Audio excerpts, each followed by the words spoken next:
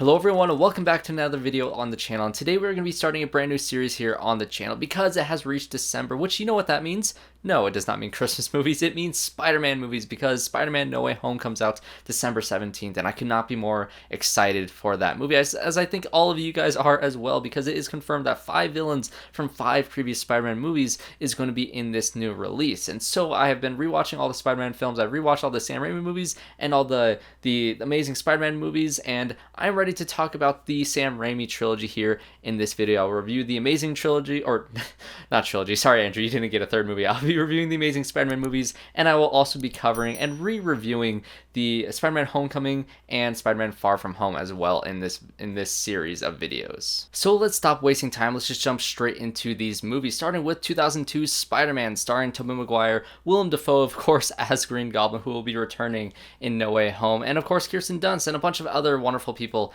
in this movie. Honestly, I went on a little bit of a roller coaster with this movie. I do have a commentary of the original Spider-Man movie here on the channel. I meant to do a whole series back when I think it was Far From Home was about to come out, and I was going to do commentaries for all the movies, but time did not permit. So if you want to watch that commentary that I had with my brother, my opinions have since changed from that movie because I am starting to kind of more appreciate the campiness and the more comic booky aspects of this movie. I still do think it's super, super corny and over the top, and that's just what comic book movies were at this time. And honestly, there's something to appreciate about this because all 3 of these movies, and I mean all 3 of them, are entertaining as hell. They are very, very funny, sometimes unintentionally so, and this movie has been memed like crazy. All 3 of these have been memed like crazy because it's just so... it's so Sam Raimi, and that's something that I love about these movies, and I love, the performances in this movie for the most part. I think the acting itself is not necessarily good, honestly, especially from when it comes to James Franco, especially in this movie in particular. He's kind of bad in this movie, but there's some sort of charm to the cheesy badness in this film. And Tobey Maguire fits perfectly with the tone of these movies. He is cheesy, his performance is not great in this one, but he is dorky as hell, and that's what Spider-Man needs to be. He does a great Peter Parker in terms of, being a dorky kid, and he gets these powers, and he gains somewhat confidence, but still when he's Peter Parker, when he's dealing with Mary Jane, he's still that awkward kid that he always was. And so I appreciate his performance in that aspect in this movie, and I do enjoy him as Spider-Man quite a bit, and I think he does evolve and grow into these movies, especially when you get into the second one, and even so the third one to a certain extent. I think that Tobey Maguire was a really solid choice for Spider-Man, even though I think he was surpassed later on with Tom Holland. I think he was a solid fit for these movies, and so I'm very excited to see what they do if they decide to bring him back in No Way Home, which I'm crossing my fingers that we do get to see Tobey Maguire once again as this character, because there's a certain charm to his performance in this movie and in all 3 of these. And I can say that about the entire cast, really. I do think the one thing about this trilogy that I think works really well is the overarching storyline of James Franco's character with Harry Osborn. I think it's set up really well in this movie, continues very well in the second one, and then of course the finale of it in Spider-Man 3 has some issues, but that arc was still there, and it was a planned 3-film arc, and it was very solid, and the foundations of it was set up very, very well in this film. But this movie isn't focused on setting up sequels and all of these different things. This movie is very contained to itself. It's a very solid origin story. It's a very entertaining and goofy movie for the first half, and the second half has some really intense action sequences and some great Spider-Man moments. And easily the best part of this movie, besides Sam Raimi's direction, I will have to say, is Willem Dafoe as Green Goblin. He was perfect casting in this movie, and as much as people make fun of his costume being very Power Ranger-y, I honestly really like it. They just released a new international poster for the new movie coming out, and it's showing Sam Raimi's original design for the Goblin character, and it looks a little different. It has kind of like a new sheen to it, a new kind of like shine to the costume, and it looks really cool. Honestly, I really like this mask, and even though there are some moments where it's really, really goofy and silly, honestly, Willem Dafoe's performance is so over the top and great in this movie that I don't care about any of that costume stuff. I just really, really like his performance in this movie. That dual performance that he has, especially when he's talking to himself in the mirror, is brilliant. And this is an actor who is a brilliant actor, and he's put into this super campy superhero movie, and he's chewing up the scenery as a very over-the-top villain, and I love to see it in this movie. And Sam Raimi's style has always kind of been goofy, and so I think it does fit the tone of this movie. Like when the Goblin is, pretending to be an old woman in like the burning building, and he turns around and he screams, it's so funny. There's so many moments in this film that are, whether it was supposed to be funny or not, I don't care, because these movies are just purely entertaining. One other casting choice that this movie does that I think is purely brilliant is J.K. Simmons as J. Jonah Jameson, the first actor who kind of, reprised his role in the later movies, because he was, yet again, perfect casting. There's no other person I can see playing J. Jonah Jameson besides J.K. Simmons. His performance is iconic in all three of these movies, and this movie does not have my favorite J. Jonah Jameson moment. I'll get to that later. I'll keep that a secret until we get there, but I love his performance, and just overall this movie does the most important thing that this movie should do, which is set up very compelling characters, have a very entertaining story, has some intense action sequences, especially the last one between Spider-Man and Goblin, and just an overall package that will make you want more, that will leave you feeling good about yourself, which I think some other Spider movies struggle with. This movie is just so entertaining from beginning to end. Yes, it's goofy as hell for the first half, and sometimes I hate it, sometimes I love it. Either way, it's entertaining, and so honestly, I think this is a very, very fun movie. I don't think it's perfect. It's very flawed, like I said, corny as hell, but you know what? I've come to appreciate this movie over time. But a movie that I've always appreciated is, of course, Spider-Man 2, and I always bounce between my favorite Spider-Man movie of all time, either being Spider-Man 2, Spider-Man Homecoming, or Into the Spider-Verse. I always bounce between which one's my favorites. Right now, it's probably Homecoming, but after watching, when I initially watched this in my rewatch, when I watched Spider-Man 2, I was like, you know what? It's a damn good Spider-Man movie. It's very hard to top that, because everything that I said about the first movie is done even better in this film, because the campiness, yes, this movie is still super campy, as you see from the opening scene of Peter Parker trying to deliver pizza, and he's running late, and he goes into an alley, and Spider-Man swings out with the pizza, and some guy yells, "That guy stole that guy's pizza." It's so cheesy and corny, but it works in this film. I think the first movie has some tonal inconsistencies, but this one, the tone is perfectly balanced in this film, because yes, it's corny. It's not as corny. It's taken a little more seriously, but you have fun moments where Peter Parker is trying to push all the brooms up in the closet, and they keep on falling on him, and that scene goes on for much longer than it should, because comedic moments, sometimes you have quick little quippy things in the new Marvel movies, but Sam Raimi decides to sit on this scene for way too long, which makes it even funnier. Then he plops the pizzas down and says pizza time. This movie's honestly arguably even more memeable than the first one. This movie has some genuinely hilarious moments. The elevator scene is hysterical. Of course, that broom scene, the Pizza Hut scene is hysterical. The scene where Peter wants to go see MJ's play, and you have, of course, Bruce Campbell telling him no, and he's telling him to put up the tie. It's hilarious. There's so many great, funny moments in this movie. And like I said, Sam Raimi is a great director, and I kind of want to save my praise to his directing for this movie in particular, because honestly, I think this is a perfectly directed movie. Like I said, he nailed the tone of this movie, but the action sequences in this film are phenomenal. The emotional moments in this film are solid. Everything about this film works, but when I focus on the action sequences, especially when it comes to Doc Ock, who is my favorite Spider-Man villain in this trilogy, of course, it's wonderful. The action is very, very well done. His origin story of him, trying to contain the power of the sun in his hands, that shots of, one of the little goggles glowing with the sun in the reflection of one knot, it's beautifully shot and beautifully filmed. The cinematography is so much better in this film, and that entire origin of Doc Ock leading to the hospital scene, which is full-on Evil Dead, crazy, campy, just fun filmmaking that is visceral. The intensity in these scenes, especially the train sequence, I cannot even express how much I love the train sequence, and I know it's been talked to death about on YouTube, and you've probably heard a million people praise that sequence, but it's because it's that good. If I were to complain about anything in this movie, it's probably going to be Kirsten Dunst as Mary Jane, and I think her performance in all these movies is kind of the same.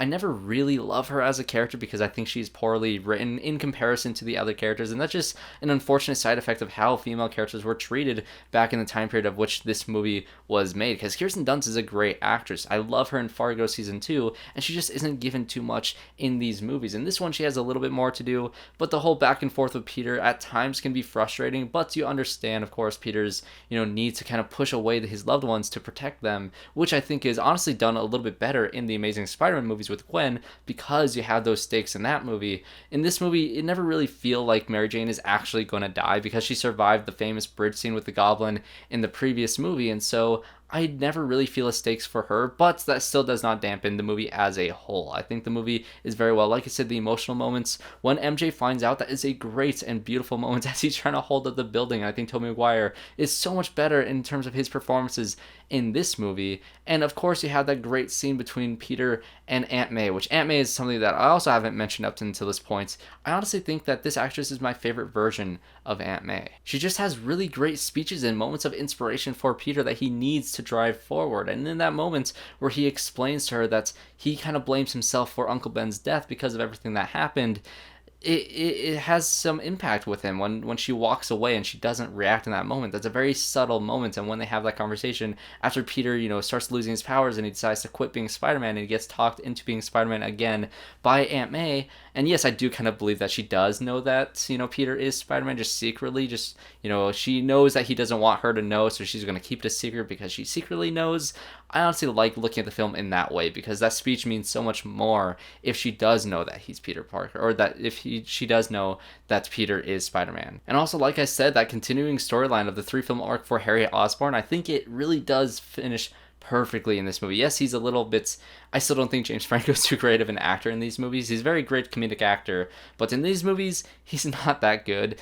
Because especially at the beginning of the movie when, after the whole Doc Ock incident happens, he walks out and he's like, oh, but I'm still mad at, Spider-Man. I gotta get Spider-Man. But at the end of the movie, when he pulls out the mask and he is revealed that it is Peter Parker and his friend, that moment is very strong, and it sets up the third movie, and it has so much intrigue of what's going to happen between Peter and Harry because that relationship has been building for 2 whole movies. And that's important because when we get to Amazing Spider-Man 2, we'll get to there, but we've had 2 movies to build up this relationship and this rivalry, and now we've set it up. We teed it up perfectly for the third movie to hopefully hit a home run. Does it do that? We'll get to that in a second, but this movie does everything that it possibly can to continue that storyline, to have a thrilling adventure with Doc Ock and Spider-Man, to have some of the best action in the entire franchise, and just, a perfectly paced, funny, and over-the-top movie that I love. And then we've reached Spider-Man 3, which obviously is the worst of the trilogy, but this is another movie that I've kind of went back and forth with my opinions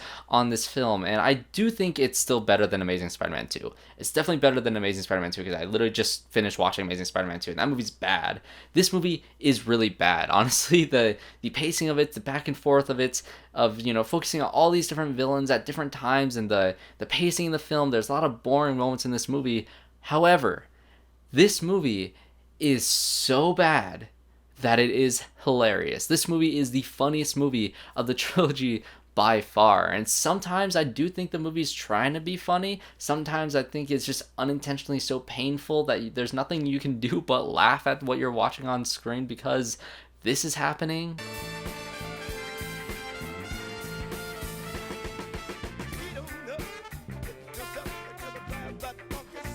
But if I were to choose, if I had to watch Amazing Spider-Man 2 or this movie, yes, I would say I would watch this movie 10 out of 10 times over that one because it is just so unbelievably entertaining. And it's not a terrible movie, of course.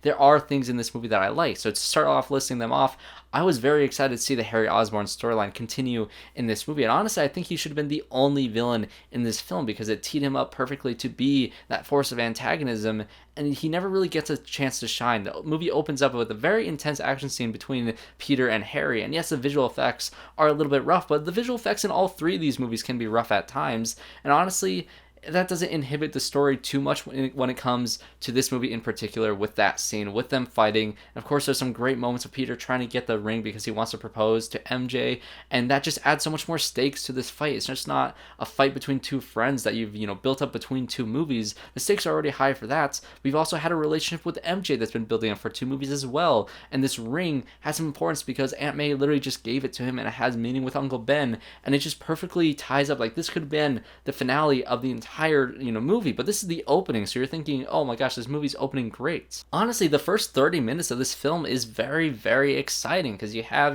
this scene with Peter and Harry. You get, that building of the relationship between Peter and MJ, the moment, of building up that Peter's going to possibly propose to her in this film, and then you have this Sandman sequence, the opening stuff with Sandman, which I do think is very, very well done with the creation of Sandman. Everything up until the creation of Sandman, I think, is a solid movie. My problem with this film is that if it chose any one of its storylines and it focused on it, it could have done really well. But because of the studio interference and shoving all these things in the movie, you have the first 30 minutes, which is very much focused on Harry Osborn, and then the worst plot convenience that you can possibly write into a movie, besides, waking up and everything being a dream the whole time, which that is annoying trope to begin with. But this one is the amnesia trope, and of course, Harry hits his head and he forgets everything of the past two movies, and his character just kind of resets. And it's not because it's an interesting story to see, what their friendship used to be like. No, it's literally used so we have time to see Sandman, because then the next section of the movie is focused entirely on Sandman. You get a great action sequence of Sandman trying to rob a bank, and him learning how to use his powers, and that entire bank sequence. Like I said, Sam Raimi is a brilliant director, so when it comes to action sequences, they're all extremely exciting to watch. And so this Sandman sequence is very, very fun. It's very well done. I do think the visual effects actually still hold up with Sandman's character, especially in this sequence in particular. It's a very, very well done scene. But of course, you get the whole Venom storyline starts to seep in at this point with Eddie Brock and the photographer part, and the movie really does slow down at this point because you're getting less Spider-Man scenes, you're getting more Peter Parker scenes, and not only Peter Parker scenes, but you're getting Bully Maguire scenes. Shalom. Mr. Parker, Dr. Connors here. Oh, Dr. Connors. How are you? And I would say, honestly, up until this point, yes, the pacing and the tone of this movie has bounced back and forth more than a pinball machine. But that is, fine. You can kind of accept that to a certain point. But as soon as Peter gets the symbiote, this movie turns from just like, an okay movie with bad pacing and bad, tonal consistencies to just a batshit crazy, ridiculous, over-the-top, campy disaster of a movie that is so bad that it's entertaining. The first half of this movie has some enjoyment, has some good things. The second half of this movie still has some good moments, but it's just insane. One of the best action scenes in any of these movies, honestly, I really do think is the second fight between, Peter or Spider-Man, Black Suit Spider-Man, and Sandman in that train yard. That is one of the most intense action sequences because you're getting the effects of the symbiote on Spider-Man. The effects of the symbiote on Peter Parker is annoying and terrible. I hate it so much, but it's funny. But the symbiote, affecting Spider-Man's character himself, Spider-Man himself, is very, very good because you get that really intense action scene. And as much as I don't like the fact that they retconned Uncle Ben's death, because you do really get to see Uncle Ben die like 3 times in every single movie because they recap it so many times. But the fact that they retconned the death to make a Sandman, sure, I can forgive that for a second because this fight is so good and the stakes are put up higher because there is an emotional stake between those characters. I just wish it was a different emotional stake and it wasn't so shoehorned if we got to see just only Sandman as a villain in this movie, because then you can have that same intensity in this fight style, and Sandman as a character is kind of, you kind of get invested with him and his daughter, kind of, if, you somewhat focus on his character. And I do think this movie could have worked with Sandman as the sole villain. It could have worked as, Goblin being the sole villain. It could have worked with Venom being the sole villain if it focused on one of them, because the Venom storyline is so shoehorned into this movie, it's insane. The only thing the Venom storyline does well in this movie is that fight with Sandman, which doesn't have anything to do with Venom. Honestly, the actor portraying him in this movie is terrible. I don't like him. Topher Grace does not play evil well. He's a goofy actor. Yes, he is campy, and maybe Sam Raimi wanted to continue that campy tone,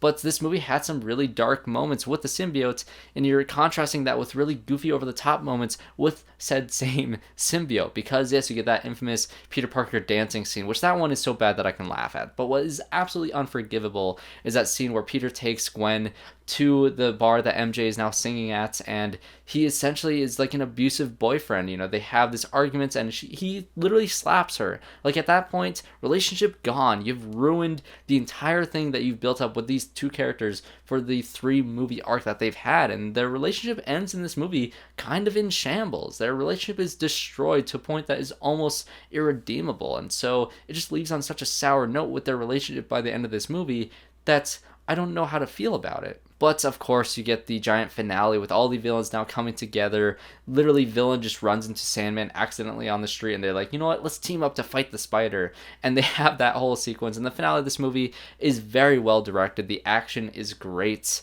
It's very intense. I do like the action sequence of this movie, but I just don't feel anything as much as I should have with this intense battle, with the stakes with MJ, of course, being the damsel in distress once again. This movie is deeply flawed, but it does have my favorite scene in the entirety of the trilogy, which is, of course, the scene with J. Jonah Jameson and Betty, on the other side of the window, pushing that buzzer, shaking his desk as he's trying to take his pills. That scene makes me laugh every single time, and I will never stop thinking it's funny. But that will wrap up my review of the Sam Raimi trilogy. Just to recap a little bit, Tobey Maguire I do think is a good Spider-Man. I don't think he's the best one, but I am very curious to see if they bring him back. Honestly, whenever I play the Spider-Man PS4 game, I play it mainly with Tobey Maguire's Spider-Man suit. I love his suits. I love the design of his character. I love, his dorkiness that he has throughout the movies, and I love Spider-Man 2 so much. And I like him better as the college-age Spider-Man, not as the, high school Spider-Man. I'm glad that they quickly went on to him being a more, adult character later on in the movies, which I'm happy with that, which is why I like Spider-Man 2 so much. It's goofy as hell seeing him, on a school bus being a teenager.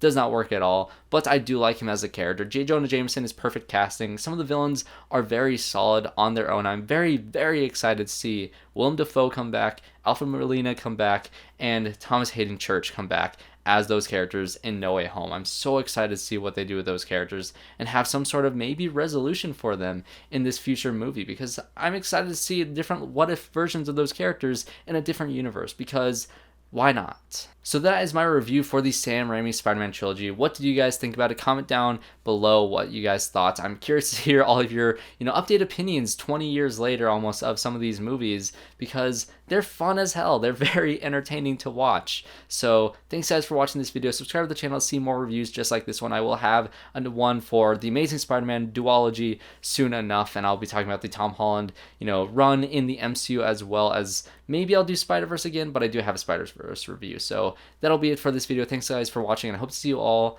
in my next one.